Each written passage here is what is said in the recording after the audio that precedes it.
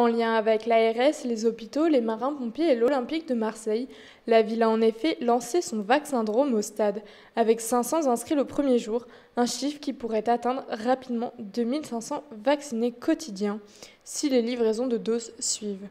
Beaucoup attendaient leur rendez-vous avec impatience. Déjà, ma femme elle se fait vacciner, et puis moi, je me fais vacciner, et puis ça me permet de voir mes petits-enfants.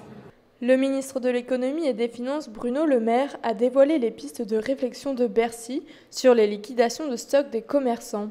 Concernant les magasins de vêtements, Bruno Le Maire a indiqué avoir demandé au ministre délégué au PME, Alain Griset, de trouver dans les prochains jours une solution pour traiter les stocks de l'habillement.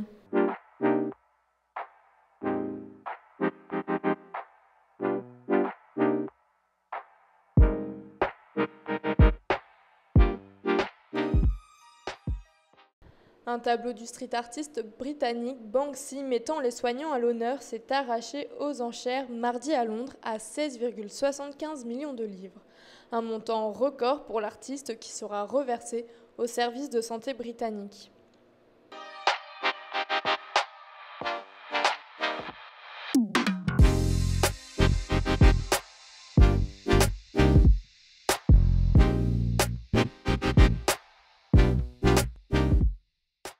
Roselyne Bachelot, atteinte par le Covid-19, a été hospitalisée dans un état stable, a annoncé mercredi son entourage.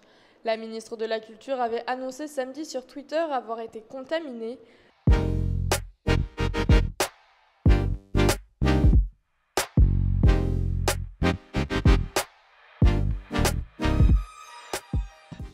Lundi, un tireur a fait 10 morts dans un supermarché de Boulder, au Colorado, quelques jours après l'attaque de salons de massage en Géorgie. Joe Biden a appelé le Congrès à ne pas perdre une minute supplémentaire. Nous pouvons interdire les fusils d'assaut et les chargeurs de munitions de grande capacité. Après 2 projectiles lancés dimanche suite à une visite à Séoul de responsables américains, Pyongyang réitère ce jeudi 25 mars en tirant 2 missiles dans la mer du Japon. Il s'agirait cette fois d'engins balistiques, affirme Tokyo. 我が国と地域の平和、安全を脅かすものであります。また国連決議違反でもあります。厳重に抗議をし、強く非難をいたします。Après le Conseil européen, Emmanuel Macron a fait un compte-rendu. Et donc, je peux vous le dire, nous avons eu raison de ne pas confiner la France à la fin du mois de janvier, parce qu'il n'y a pas eu l'explosion qui était prévue par tous les modèles. Donc, je peux vous affirmer là, cette fois-ci, que je n'ai aucun mea culpa à faire, ni aucun remords, ni aucun constat d'échec. Nous avons eu raison de le faire.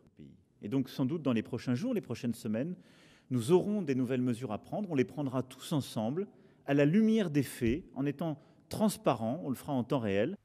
Lors d'une nouvelle conférence de presse sanitaire, le ministre de la Santé Olivier Véran a annoncé que les nouvelles restrictions sanitaires sont étendues à 3 départements supplémentaires. La pression est encore plus dégradée. La pression épidémique y atteint des niveaux alarmants, la pression sanitaire se fait fortement sentir sur les hôpitaux et la médecine de ville, et la dynamique épidémique y est forte. Il s'agit du Rhône, de l'Aube et de la Nièvre.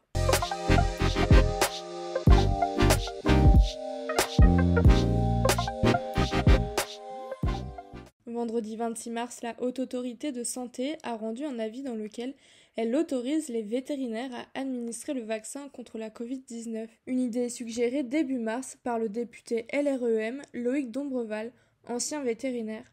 Un décret devrait être publié dans les prochains jours. Ce vendredi vers 9h, 4 malfaiteurs ont attaqué un fourgon banalisé transportant de l'or et des bijoux, rue Thomassin, en plein cœur de la presqu'île de Lyon. Les 2 convoyeurs effectuaient une livraison dans une société spécialisée située en étage. Le fourgon était stationné et les braqueurs ont surgi au moment du déchargement de la marchandise.